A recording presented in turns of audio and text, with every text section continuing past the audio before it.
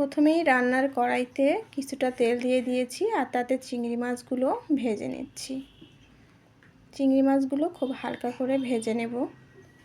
তো প্রথমেই আমি কিছু বড় চিংড়ি দিয়ে দিয়েছি ভাজার জন্য, আর এই পর্যায়ে আমি এখন গুঁড়ো চিংড়িগুলো অ্যাড করে দিচ্ছি। গুঁড়ো চিংড়িগুলো দিয়ে সামান্য একটু লবণ আর সামান্য একটু হলুদ গুঁড়ো দিয়ে এগুলোকে নেড়েচেড়ে ভেজে নেব কিছুক্ষণ। তো চিংড়িগুলো এই পর্যায়ে ভাজা হয়ে গেছে, এখন আমি উঠিয়ে নিচ্ছি। চিংড়িগুলো উঠিয়ে নিয়ে ওই তেলেতেই আরও কিছুটা তেল দিয়ে দিয়েছি। তেলটা গরম হয়ে আসলে হাফ কাপ পেঁয়াজ কুচি দিয়ে দিয়েছি। পেঁয়াজ কুচিগুলো একটু কিছুক্ষণ ভেজে নেব। পেঁয়াজ কুচিগুলো কিছুক্ষণ ভেজে নিয়ে এখন ওই তেলের উপরেই আমি দিয়ে দিয়েছি একটু চিকন করে কেটে রাখা আলু আর কিছুটা কাঁচা মরিচ ফালি।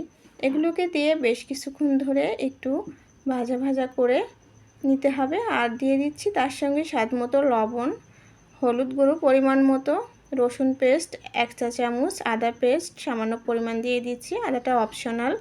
এখানে আমি পেঁয়াজ পেস্ট ব্যবহার করছি 3 টেবিল চামচ মতো।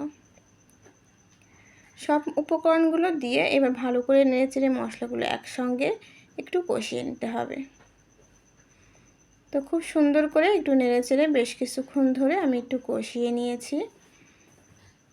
এই পর্যায়ে সামান্য একটু জিরা গুঁড়ো ব্যবহার করছি।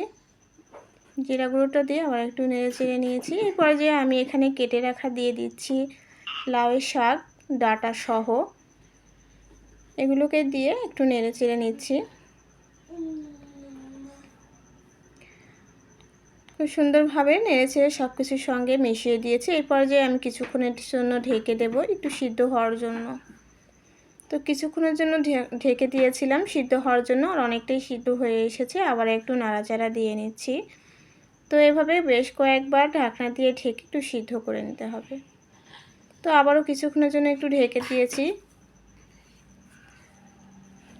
এই পর্যায়ে কিন্তু আমার লাউয়ের শাকগুলো সিদ্ধ হয়ে গেছে ডাঁটা সহ। আর আমি এখন ঝোলের পানিটা অ্যাড করে দিলাম। পরিমাণ মতো ঝোলের পানি দিয়ে দিয়েছি। ঝোলটা যে যেমন খেতে পছন্দ করেন তার উপর ডিপেন্ড করে ঝোলটা দিতে হবে। তো আমি ঝোলের পানিটা অ্যাড করে দিয়েছি। আমি খুব বেশি ঝোল রাখবো না। খুব বেশি ঝোল রাখলে লাউয়ের শাকের তরকারিটা খুব একটা খেতে বেশি ভালো লাগে না। তো আমি একটু মাখো মাখো করে রান্না করব। ঝোলটা যখন ফুটে উঠেছে এই পর্যায়ে চিংড়িগুলো অ্যাড করে সুন্দরভাবে নাড়াচাড়া দিয়ে নিয়েছি।